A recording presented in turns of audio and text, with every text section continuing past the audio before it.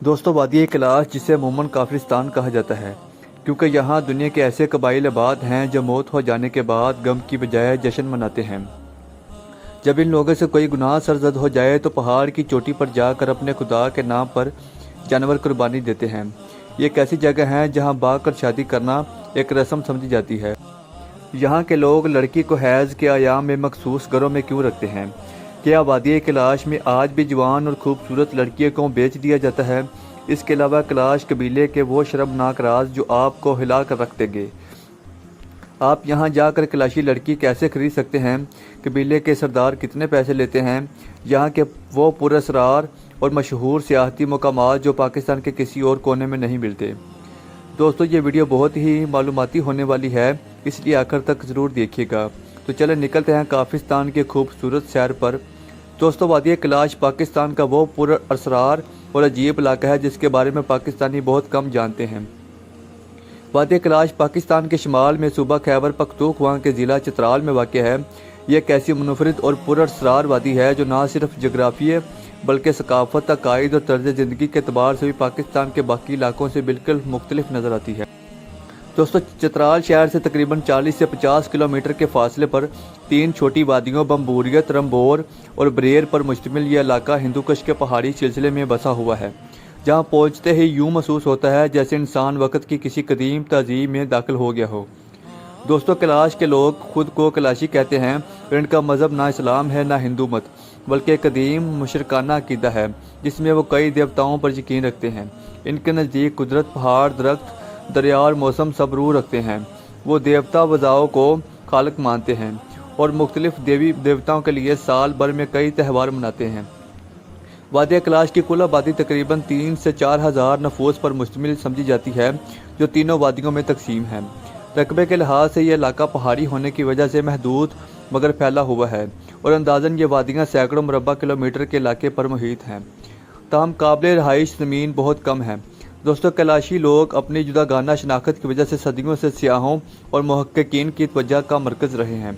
خاص طور پر کلاشی لڑکیوں کے حوالے سے بہت سی باتیں مشہور ہیں، جن میں سب سے زیادہ زیر بحث موضوع ان کی اپنی مرضی سے شادی کرنا یا بعض اوقات با کر شادی کرنا ہے۔ دراصل کلاش معاشرے میں عورت کو غیر معمولی آزادی حاصل ہے۔ یہاں لڑکی اپنی پسند کے مرد کو چن سکتی ہے اور اگر وہ پہلے سے شادی شدہ ہو تو وہ ایک مخصوص رسم کے ذریعے پچھلی شادی ختم کر کے نئی شادی کر سکتی ہے۔ یہاں آزادی باہر کے لوگوں کو با کر شادی محسوس کرتے ہیں، حالانکہ کلاش روایت میں یہ کوئی جرم یا بدنامی نہیں بلکہ سماجی طور پر قبول شدہ عمل ہے۔ اس وجہ سے کلاشی لڑکیاں دباؤ، جبر یا زبردستی کے بغیر اپنی زندگی کے فیصلے خود کرتی ہیں۔ دوستو، کلاشی لوگوں کے عجیب و غریب رازوں میں سب سے حیران کن بات یہ ہے کہ وہ موت کو بھی جشن کے طور پر دیکھتے ہیں۔ اگر کوئی شخص مر جائے تو وہ غم کی بجائے خوشی منائی جاتی ہے، کیونکہ ان کے عقیدے کے مطابق مرنے والا ایک بہتر دنیا میں چلا جاتا ہے۔ اس طرح ان کے قبرستان بھی کھلے ہوتے ہیں اور پرانے زمانے میں لاشیں تابوت میں رکھ کر کھلی جگہ پر چھوڑ دی جاتی تھی، گرچہ اب یہ روایت کافی حد تک ختم ہو چکی ہے۔ کلاش ثقافت رنگوں، موسیقی اور رقص سے بھرپور ہے۔ ان کے مخصوص سیاہ لباس جن پر رنگ برنگی کڑھائی، سیپیاں اور موتی لگے ہوئے ہوتے ہیں، انہیں دنیا بھر میں منفرد بناتے ہیں۔ مرد عموماً سادہ لباس پہنتے ہیں مگر خواتین کا لباس کلاش ثقافت کی پہچان ہے۔ وادی کلاش جانے کے لیے پاکستان کے کسی بڑے شہر سے پشاور یا اسلام آباد سے چترال تک سڑک کے ذریعے یا چھوٹی فلائٹ لی جا سکتی ہے۔ چترال پہنچنے کے بعد جیپ یا لوکل گاڑی کے ذریعے بمبوریت، رمبور یا بریر وادی تک رسائی حاصل کی جاتی ہے۔ سفر قدرے مشکل ضرور ہے مگر مناظر اتنے دلکش ہوتے ہیں کہ تھکن محسوس نہیں ہوتی۔ خرچ کی بات کی جائے تو اگر کوئی شخص پشاور یا اسلام آباد سے سفر کرے تو مناسب انداز میں 2 سے 3 دن کا ٹرپ تقریباً 30 سے 50 ہزار روپے فی کس میں ہو سکتا ہے، جس میں رہائش، کھانا اور ٹرانسپورٹ شامل ہے۔ کلاشی لڑکیوں کی خوبصورتی کے حوالے سے کہا جاتا ہے کہ ان کی رنگت گوری، آنکھیں نیلی یا سبز اور نقوش مختلف ہوتے ہیں۔ اس کی وجہ جینیاتی تنوع، خالص پہاڑی ماحول، سادہ خوراک اور قدرتی طرز زندگی بتائی جاتی ہے۔ کچھ لوگ انہیں سکندر اعظم کے سپاہیوں کی اولاد بھی کہتے ہیں، اگرچہ اس دعوے پر تاریخی بحث موجود ہے۔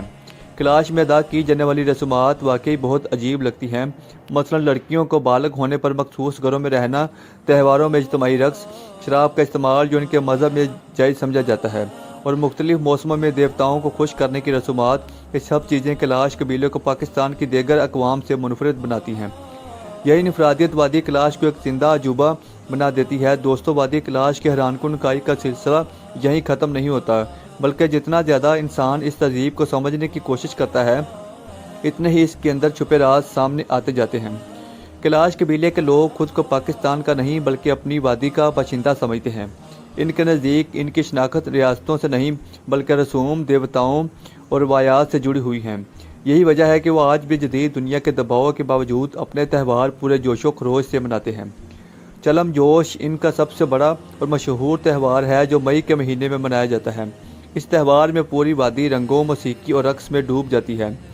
مرد اور عورتیں کھلے میدانوں میں مخصوص دنوں پر گھنٹوں رقص کرتے ہیں اور دیوتاؤں سے اچھی فصل، صحت اور خوشحالی کی دعائیں مانگی جاتی ہیں۔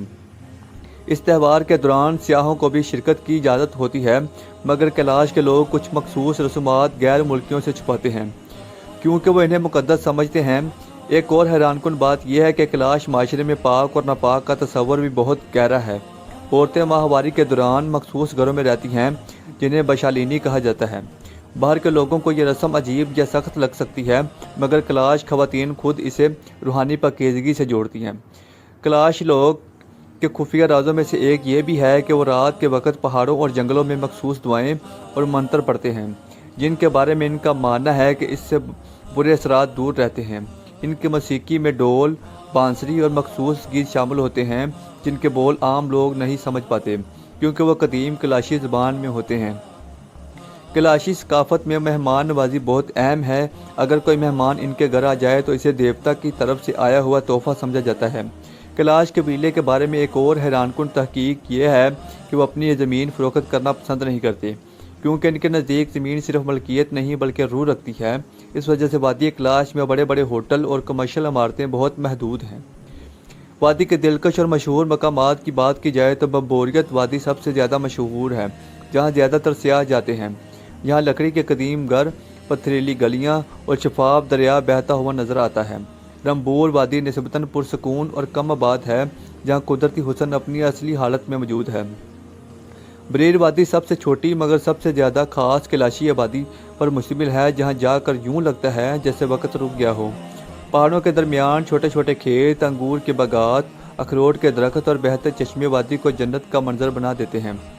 کیلاشی لڑکیوں کی خوبصورتی کے بارے میں ایک اور بھی وجہ یہ بتائی جاتی ہے کہ وہ بناوٹ سے دور رہتی ہیں۔ نہ زیادہ میک اپ، نہ کیمیکل مصنوعات۔ ان کی خوراک میں دودھ، پنیر، مکئی، خشک میوہ جات اور قدرتی پھل شامل ہوتے ہیں۔ ان کا زیادہ تر وقت کھلے ماحول میں گزرتا ہے جس سے صحت اور حسن برقرار رہتا ہے۔ کیلاشی قبیلے کے کچھ ایسے عجیب رسم و رواج بھی ہیں جو واقعی دنیا میں کم دیکھے گئے ہیں۔